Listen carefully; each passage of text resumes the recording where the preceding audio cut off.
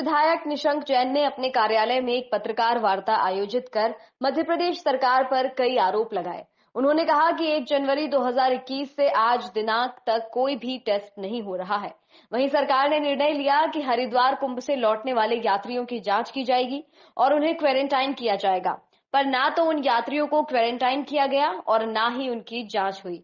Covid care centre में 30 पलंग पर केवल 4 ऑक्सीजन सिलेंडर हैं, जबकि 30 ऑक्सीजन कंसंट्रेटर मशीन होना चाहिए।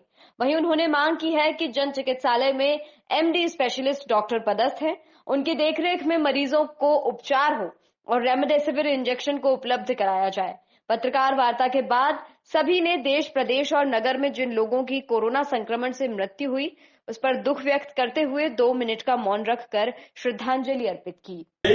हो सकता है कि इस अज्ञात बीमारी की वजह से हम चैन को आगे बढ़ा रहे हों। दूसरी बात, जो अब कोविड की वजह से पूरे धंधे ठप हैं। धंधे ठप होने की वजह से मेरी देश के प्रधानमंत्री जी से मांग है कि लोगों की जो ईएमआई है उस पर ब्याज माफ किया जाए और उनको अगले 3 महीने के लिए भरने की अनुमति दी जाए।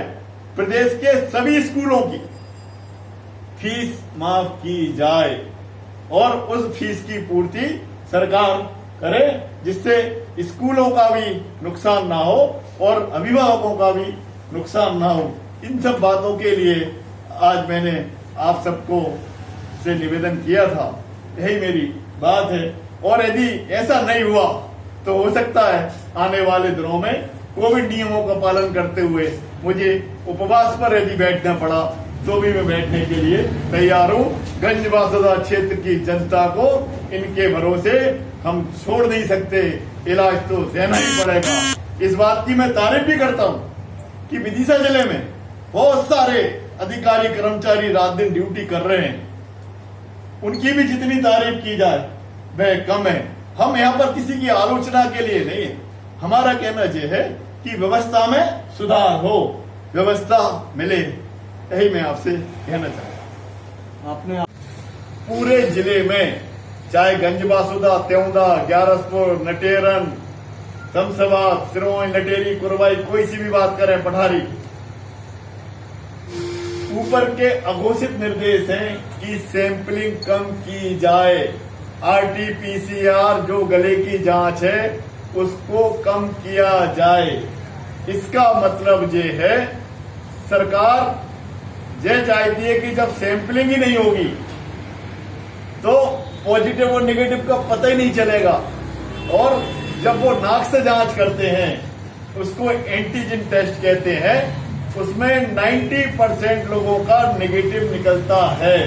मेरा खुद का जब मैंने नाक से जांच कराई थी तो नेगेटिव आया और जब मैंने गले से जांच कराई थी 5 महीने पहले तो मैं पॉजिटिव हुआ था।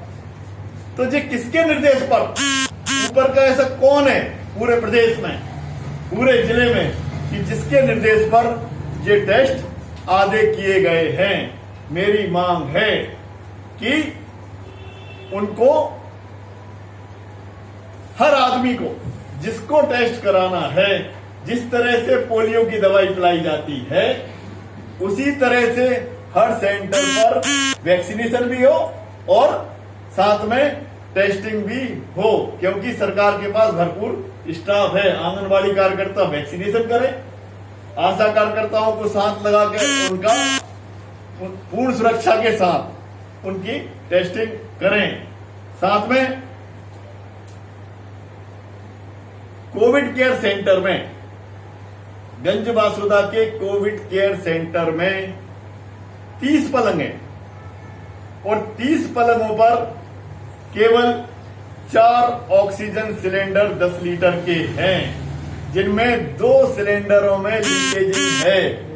इसलिए कल जब मेरे पास किसी पेशेंट का फोन आया, सीधा 15 मिनट हमें ऑक्सीजन दे दी गई, फिर हमारी निकाल के दूसरे को लगा दी गई, फिर उसकी निकाल के तीसरे को लगा दी गई और साथ में वहां पर जो 3 ऑक्सीजन कंसंट्रेटर हैं वह भी इसी तरह से बारी बारी से उपयोग किए जा रहे हैं।